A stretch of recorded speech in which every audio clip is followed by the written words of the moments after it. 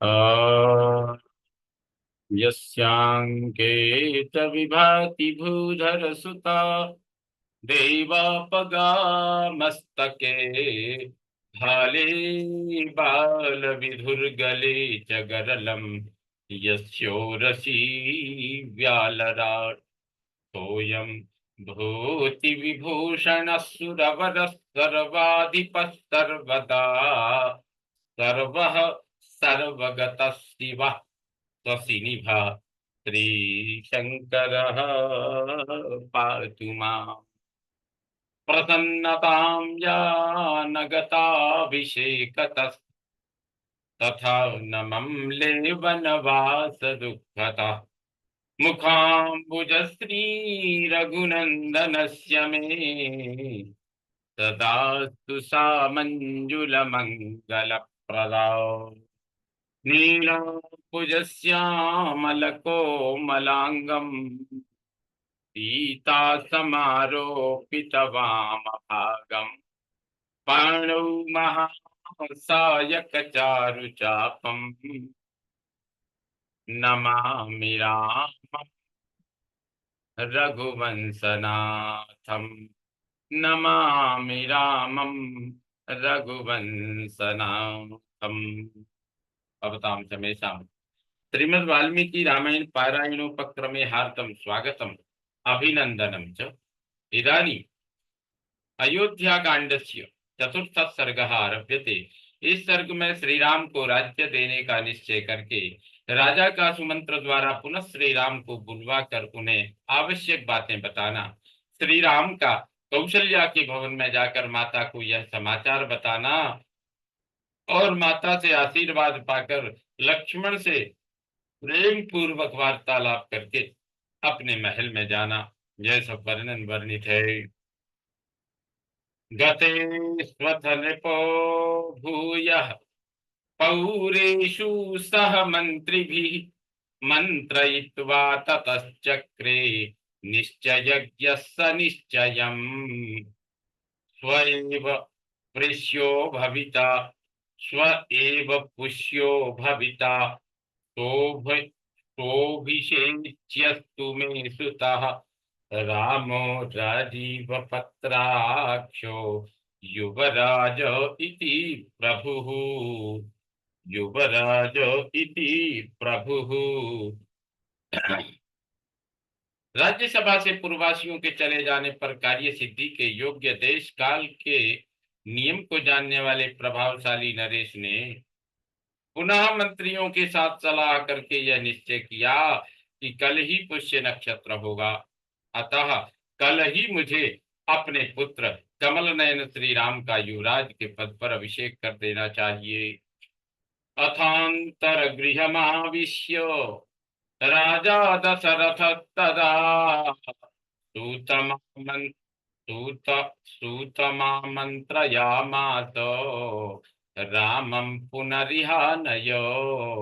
तदनंतर अंतःपुर में जाकर महाराज के महल में दशरथ महाराज के महल महाराज दशरथ के महल में सूत को बुलाया और आज्ञा दी। महाराज ने स्वयं आज्ञा दी, जाओ श्री राम को एक बार फिर यहाँ बुला लाओ।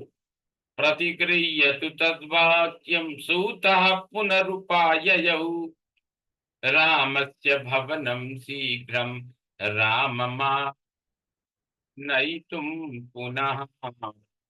उनकी आज्ञा सिरोधारी करके सुमंत्र श्री राम को शीघ्र बुला लाने के लिए पुनः उनके महल में गई। द्वास्थैरावेदितं तस्य रामायागमनं पुनः श्रुत्वैव चापि रामस्तं प्राप्तं शङ्कान्वितो अभवत्। द्वारपालों ने श्री राम को सुमंत्र के पुनः आगमन की सूचना दी। उनका आगमन सुनते ही श्री राम के मन में संदेह हो गया। प्रवेश्य चैनं त्वरितो रामो वचनमब्रवीत् यदा गमन कृत्यन्ते भूयस्तद्ब्रूयसे शतः।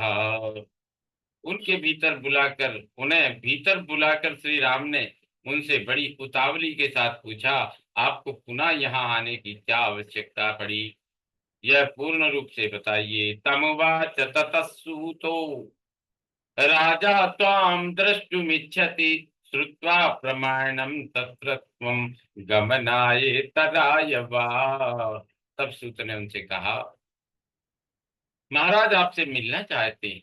मेरी इस बात को सुनकर वहां जाने या न जाने का निर्णय आप स्वयं करें। इति सूतवचः श्रुत्वा रामोऽपि त्वरयान्वितः प्रययौ राजभवनं पुनर्द्रष्टुं नरेश्वरम्।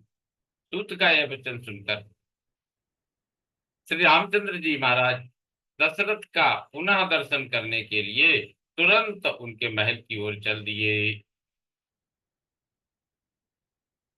तं श्रुत्वा समनुप्राप्तं रामं दशरथो नृपः प्रवेशयामास गृहं विवक्षुः प्रियमुत्तमम्। श्री राम को आया हुआ सुनकर राजा दशरथ ने उनसे प्रिय तथा उत्तम बात कहने के लिए उन्हें महल के भीतर बुला लिया। प्रविशन्नेव च श्रीमान् राघवो भवनं पितुः ददर्श पितरं दूरात् प्रणिपत्य कृतांजलि। पिता के भवन में प्रवेश करते ही श्रीमान रघुनाथ जी ने उन्हें देखा और दूर से ही हाथ जोड़कर वे उनके चरणों में पड़ गई। प्रणमन्तं तमुत्थाप्य संपरिष्वज्य भूमिपः प्रदिश्य चासनं चास्मै रामं च पुनरब्रवीत्। प्रणाम करते हुए श्री राम को उठाकर महाराज ने छाती से लगा लिया और उन्हें बैठने के लिए आसन देकर पुनः उनसे इस प्रकार कहना आरंभ किया। राम वृद्धोस्मि दीर्घायुर्भुक्ता भोगा यथेप्सिता अन्नवद्भिः क्रतुशतैः यथेष्टं भूरि दक्षिणैः यथेष्टं भूरि दक्षिणैः। श्री राम, अब मैं बूढ़ा हुआ, मेरी आयु बहुत अधिक हो गई। मैंने बहुत से मनोवांछित भोग भोग लिए, अन्न और बहुत सी दक्षिणाओं से युक्त सैकड़ों यज्ञ भी कर लिए।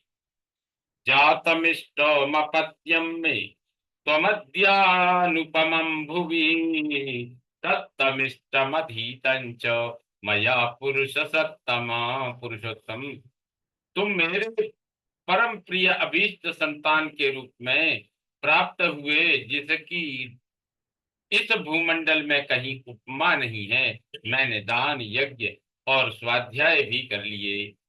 अनुभूतानि चेष्टानि मया वीर सुखान्यपि देवर्षि पितृविप्राणाम् अनृणोस्मि तथात्मनः।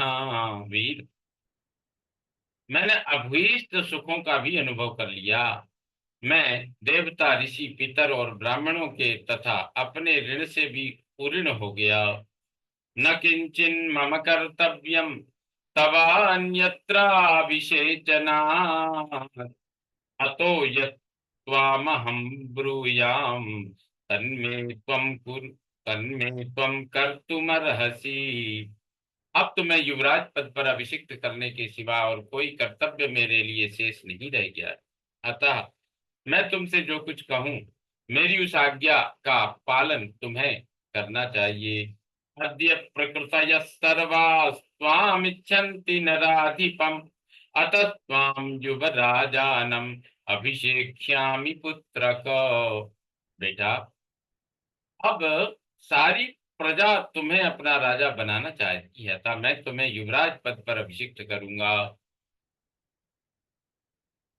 अपि चाद्य शुभान् राम स्वप्नान् पश्यामि राघव सनिर्घाता दिवोल्काश्च पतन्ति ही महास्वना। रघुकुल नंदन श्री राम, आजकल मुझे बड़े बुरे सपने दिखाई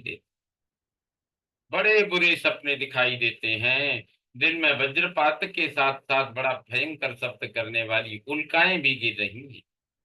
अवस्तब्धं च मे राम नक्षत्रं दारुणग्रहैः आवेदयन्ति दैवज्ञा सूर्याङ्गारकराहुभिः। श्री राम, ज्योतिषियों का कहना है कि मेरे जन्म नक्षत्र को सूर्य, मंगल और राहु नामक भयंकर ग्रहों ने आक्रांत कर लिया है। प्रायेण च निमित्तानाम् ईदृशानां समुद्भवे राजा हि मृत्युमाप्नोति घोराम चापदमृच्छति। ऐसे अशुभ लक्षणों का प्राकट्य होने पर प्रायः राजा घोर आपत्ति में पड़ जाता है और अंततोगत्वा उसकी मृत्यु भी हो जाती है। तद यावदेव मे चेतो न विमुह्यति राघव तावदेवाभिषिञ्चस्त्वं जलाहि जलाहि प्राणिनां मतिः जलाहि प्राणिनां मतिः। अतः रघुनंदन, जब तक मेरे चित्त में मोह नहीं छा जाता तब तक ही तुम युवराज पद पर अपना अभिषेक करा लो, क्योंकि प्राणियों की बुद्धि चंचल होती है।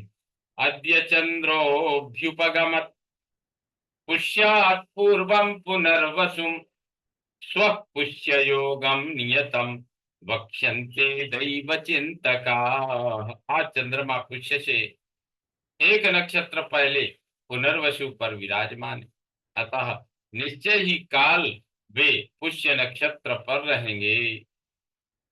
निश्चय ही कल चंद्रमा पुष्य नक्षत्र पर ही रहेंगे।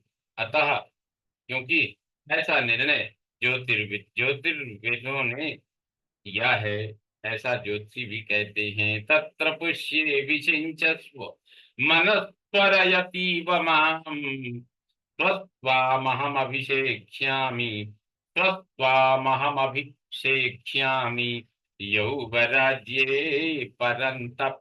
इसलिए उस पुष्य नक्षत्र में ही तुम अपना अभिषेक करा लो। शत्रुओं को संताप देने वाले वीर, मेरा मन इस कार्य में बहुत शीघ्रता करने को कहता है। इस कारण कल अवश्य ही मैं तुम्हारा युवराज पद पर अभिषेक कर दूंगा। तस्मात् त्वयाद्य प्रभृति निषेयं नियतात्मना सह बद्धोपवस्तव्या सर्वप्रस्तरसायिना। अतः तुम इस समय से लेकर सारी रात इंद्रिय संयम पूर्वक रहते हुए वधु सीता के साथ उपवास करो और उसकी शैया पर सो। सुहृदश्च प्रमत्ताः त्वां रक्षन्त्वद्यपसमन्ततः भवन्ति बहुविघ्नानि कार्याण्येवं विधानिः। आज तुम्हारे सुहृद सावधान रहकर सब ओर से तुम्हारी रक्षा करें, क्योंकि इस प्रकार के शुभ कार्यों में बहुत से विघ्न आने की संभावना रहती है। विप्रोषितश्च भरतो यावदेव पुरादितः तावदेवाभिषेकस्ते प्राप्त कालो मतो मम। जब तक भरत इस नगर से बाहर अपने मामा के यहाँ निवास करते हैं तब तक ही तुम्हारा अभिषेक हो जाना मुझे उचित प्रतीत होता है। कामं खलु सतां वृत्ते भ्राता ते भरतस्थितः ज्येष्ठानुवर्ती धर्मात्मा सानुक्रोशो जितेन्द्रियः।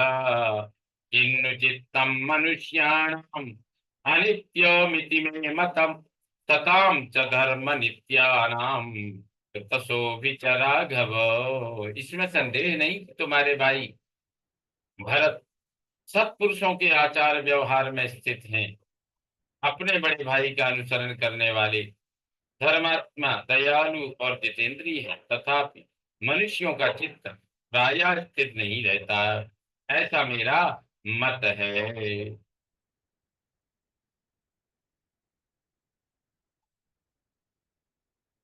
रघुनंदन, धर्मपरायण सत्पुरुषों का मन भी विभिन्न कारणों से राग द्वेष आदि से संयुक्त हो जाता है। इत्युक्त सोऽभ्यनुज्ञात स्वभाविन्यभिषेचने व्रजन व्रजेति राम पितरम अभिवाद्याभ्ययात् गृहम्। राजा के इस प्रकार कहने और कल होने वाले राज्याभिषेक के निमित्त व्रत पालन के लिए जाने की आज्ञा देने पर श्री रामचंद्र जी पिता को प्रणाम करके अपने महल में गए। प्रविश्य च आत्मनो वे स्म राज्यादिष्टे विषेचने तक्षणादेव निष्क्रम्य मातुरंतःपुरं ययौ। राजा ने राज्याभिषेक के लिए व्रत पालन के निमित्त जो आज्ञा दी थी, उसे सीता को बताने के लिए अपने महल के भीतर प्रवेश करके जब श्री राम ने वहां सीता को नहीं देखा, तब वे तत्काल ही वहां से निकलकर माता के अंतःपुर में चले गए। तत्ततां प्रवणामेव मातरं क्षौमवासिनी वाग्यतां देवतागारे ददर्शायाचतीं श्रियम्।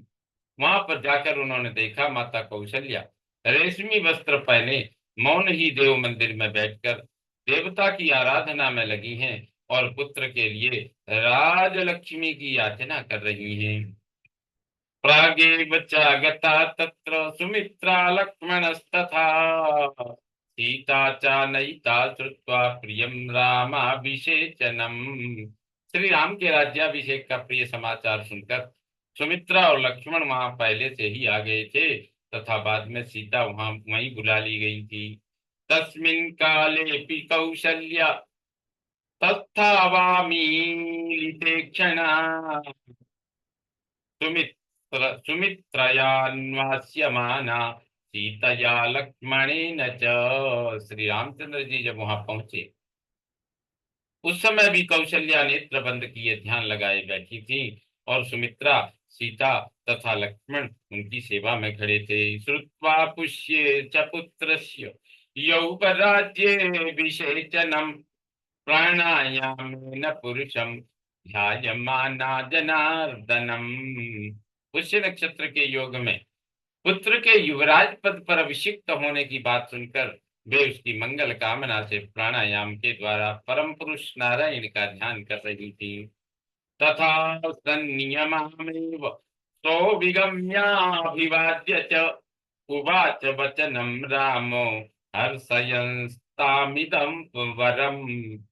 इस प्रकार नियमों में लगी हुई माता के निकट उसी अवस्था में जाकर श्री राम ने उनको प्रणाम किया और उन्हें हर्ष प्रदान करते हुए यह श्रेष्ठ बात कही।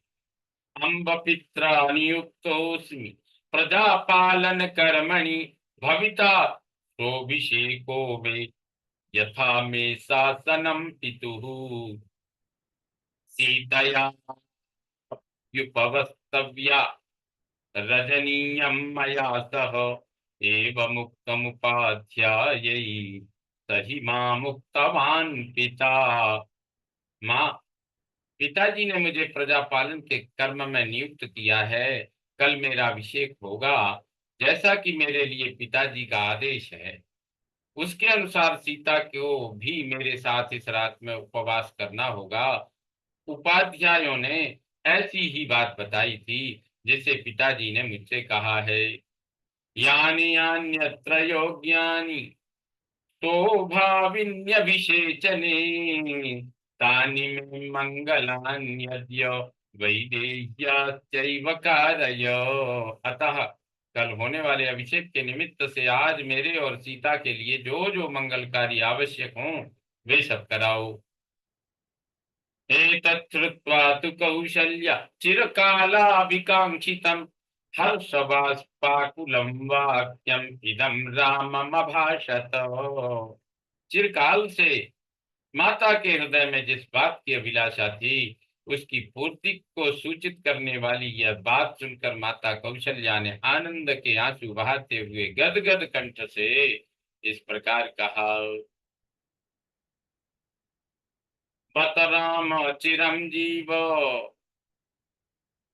वत्स राम चिरंजीव हतास्ते परिपन्थिनः ज्ञातीन् मे त्वं श्रिया युक्तः सुमित्रायाश्च नन्दय।